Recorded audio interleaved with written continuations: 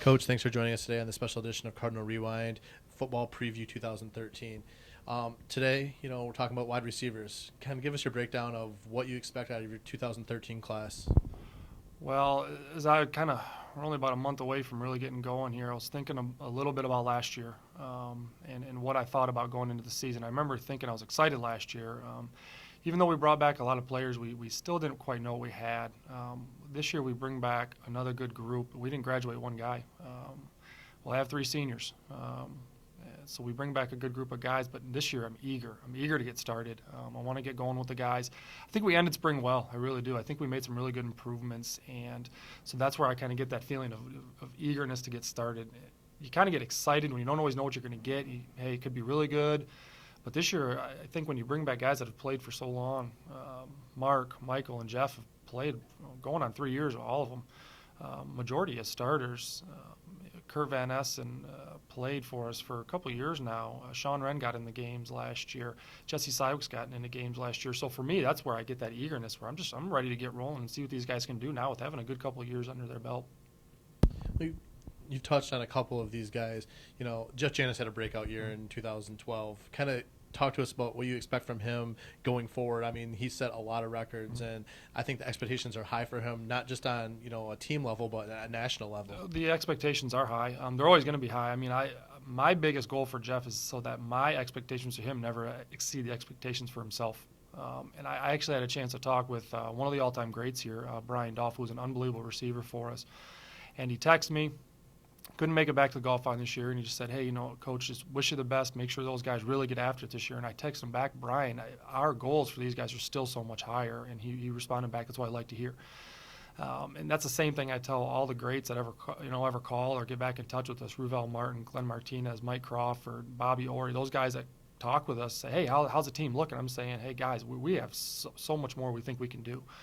So when you talk about Jeff, it's the same thing. We want so much more out of him. We've asked a lot out of him the last 3 years, and he's really answered the bell on those things. A year ago, we asked him to be much more dynamic with the ball in his hands, and he really was.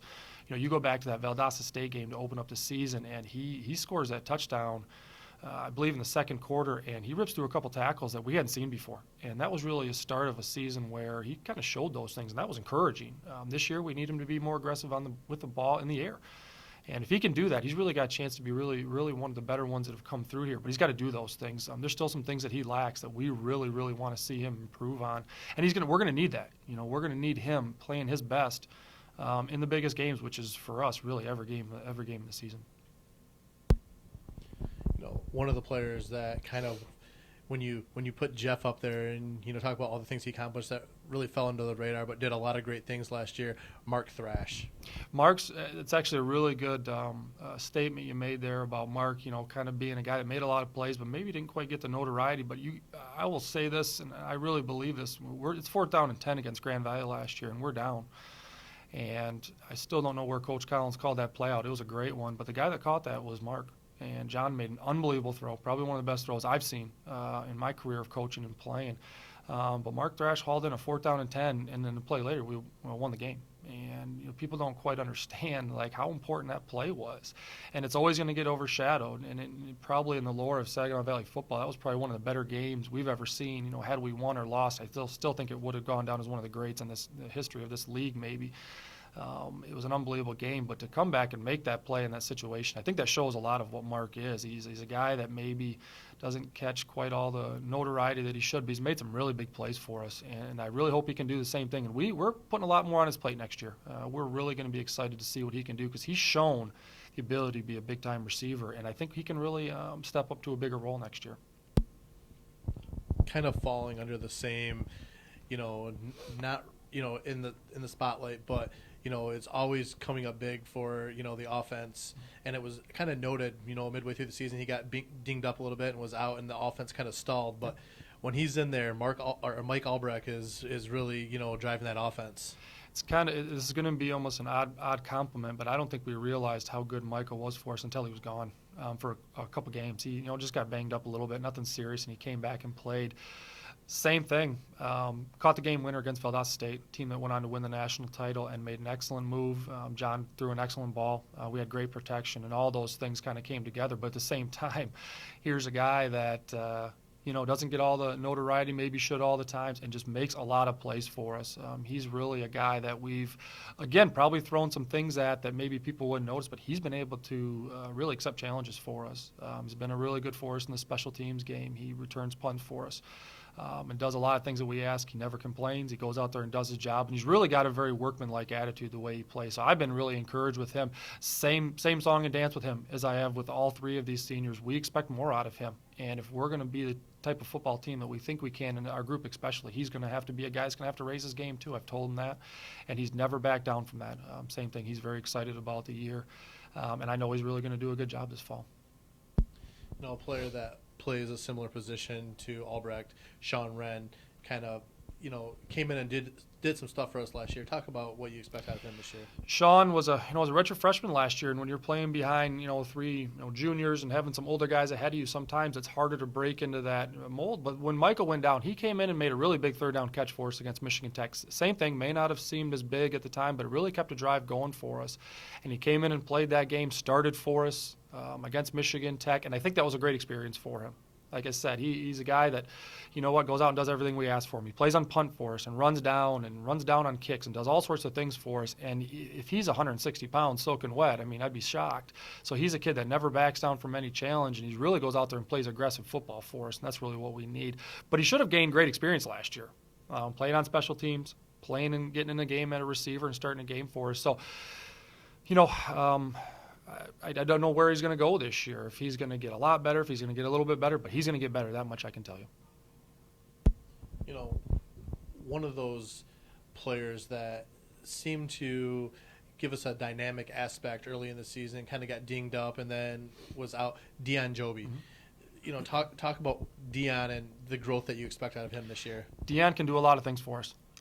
He transitioned to playing receiver for us full-time last year. As a true freshman, he played a little bit of tight end, kind of like our second tight end, kind of what you saw Nate Hoyle do for us the last couple of years. But Dion transitioned to a full-time receiver for us, and it was kind of a four-man rotation last year. We had those three guys, the three guys that will be seniors this year, and Dion was right there. He was competing and battling with Jeff and Mark and Michael every day to really get in that rotation, and he did. And he played a lot for us last year, and he caught a little bit of a small injury, and he got himself back healthy, and he played well for us. So he's got some really good ability, and I've seen him grow. He's going to be a junior next year, again, a true junior. He's been here for 3 years now, so I don't know if he's still quite met his ceiling as far as maturity, both on the field and then the mental aspect of the game. So still more growth out of him, but he is very dynamic player for us because we can move him around a lot. He's a 200-plus pound kid, catches the ball very well, maybe our best catcher in the group. I've said that before. I think he's got as good a hands as anybody in our group.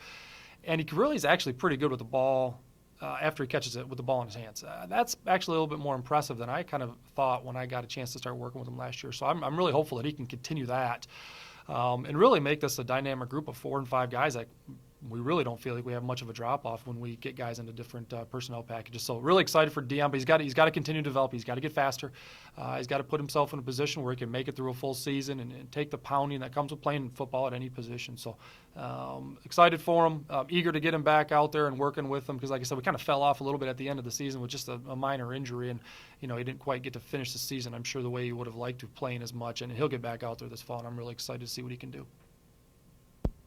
Another one of those players that went through a position change, Jesse Cywick, quarterback to wide receiver, and it may seem like an easy transition because the route, Mm-hmm. Where you're supposed to go, but that's a tough transition for anyone because you're learning the timing from a different aspect. Talk about his progress and what do you expect out of him this year? Well, it is, but you're right on, Matt. It is really important that he's got such an unbelievable feel for the game. Playing quarterback, he understands just the game of football in general, and that's really encouraging. So he can make those transitions, and he understands our offense, where to be, and he's really a very smooth football player when he gets out there and practice and all those things. But he's got to become more explosive. He's got to get faster. He got in there a couple plays last year where actually a guy came out maybe with just a small, rolled an ankle or had a quick little hip point or something. He jumped himself right in there and got in a couple plays and has played for us before, not just those few plays, but has got in there for us last season. And he shows the ability to do it. He shows the mental part of the game that we really look for, but he's got to make some improvements this year as far as being more explosive and playing faster out there and really putting himself in a position where we can trust him to go out there and make big-time plays when needed.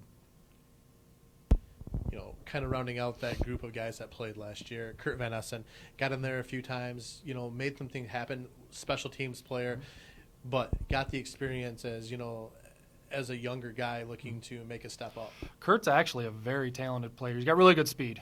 He is probably the next guy in the group that we could, run down the field and maybe try to get by somebody if we just absolutely had. He's got really good speed.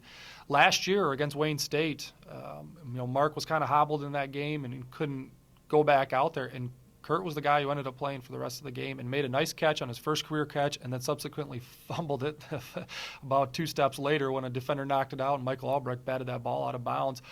So I've always been on Kurt about that. His first career catch was also followed by his first career fumble, and that's will be a great experience for him to grow up and move on from. But he really has good ability. Okay, he's got good size, he's got good speed. We threw a ball to him against Northern Michigan that he caught it. It was a big 40-yard pass. It was unfortunately called back by penalty, and those things happen. But again, he shows that ability where he can be a down the field threat for us. So has played on special teams for us, is really good for me on the punt team. I was really encouraged with what he did in the spring and what he's done throughout his career since he started playing last year in that group. Same thing. He's got to continue to develop himself. This is a big year for him. He's going to be a junior next year now. So it's time for him to kind of step into a role where not just throw him in there when maybe an injury happens or maybe when it's not as important of a situation. I want to be able to get him into a solid rotation of him because he's got that ability. He cares a lot about football. And like I said, he's got some good athletic ability we want to be able to take advantage of. But he's got to go out there and do it. So this fall, especially in summer camp, fall camp, is really going to be good for him to kind of develop himself and really put himself in a really good position to play some meaningful time for us this fall.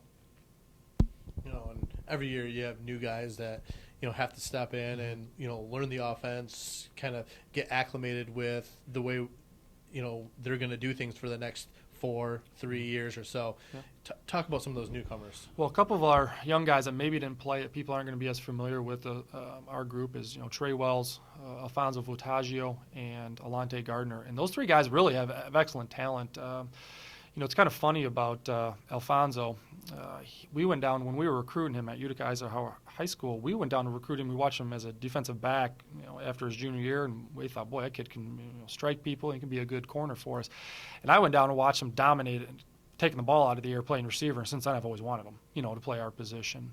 Alante Gardner, it's funny because these 2 guys are almost very similar. A little bit to the smaller side. They're not 6-foot kids, but they've got great speed, great explosiveness. Alante Gardner is very similar. He had a lot of really good film coming out of collegiate high school where he was running down the middle of the field, taking the ball out of the air as a 5'7" kid, and that's encouraging when you can see that. He'd get in the backfield, he'd take some handoffs. Those are the kind of things that you say, okay, you can do a lot of different stuff with these guys. Again, as a first-year players, they've got to now kind of learn the offense a little bit more, learn how we do things, and be able to kind of roll into the kind of offense that we do and be able to get out there and play. And Trey Wells is the same. He was a kid out of Fraser High School that's actually kind of in a mold of Mark Thrash as far as physically, size-wise. Good size. I think he can be a kid that can play for us and be very productive for us as we kind of move into this year and into the future. And all 3 of these guys are probably going to be great special teams players for us in the beginning of their career. Now, you never want to pigeonhole anybody just into that right off the bat, but they can play. They can play football for us. So those 3, I'm really excited. Alfonso's a kid that we actually moved around to some different positions this spring just to seeing, hey, where can this kid play? And he was really good, really explosive with the ball in his hands, and kind of had that Nick Galena quick start and get going demeanor that I really like about it. And Alante is going to be the same. Trey is a little bit more of an outside receiver or an inside down the field, stretch the inside verticals type player. So those 3, I really think for years to come are going to be good players for us. We're going to bring in 4 freshmen that can be really good for us. A little bit bigger guys. We really brought in some good height this year. I think all of them are over 6'3", so I got 4 guys that almost can look me in the eye, which is pretty rare. You don't see that all the time. So those kids are really going to be good ones to develop for us. So I think the future is really bright for this group, but you never know. I mean, Alfonso Vutaggio was about 1 play away from getting in there last year. We had some injuries with Michael, and had something happen to Sean, he would have been in there. So you never know. You could play as a true freshman. You could have to wait until your junior year. It could be anywhere in between. You just never know how things are going to shake out in the course of a season or your career. So every one of those guys, from those 3 seniors right down to those incoming 4 true freshmen, are going to have a really big challenge this fall and getting themselves prepared for the season. Because I've said it before, and I'll probably say it for a long time. The league isn't easy. You're going to play. I've said it last year. I remember saying, I'll never forget saying this, that we would play 5 ranked teams. I think we ended up doing that.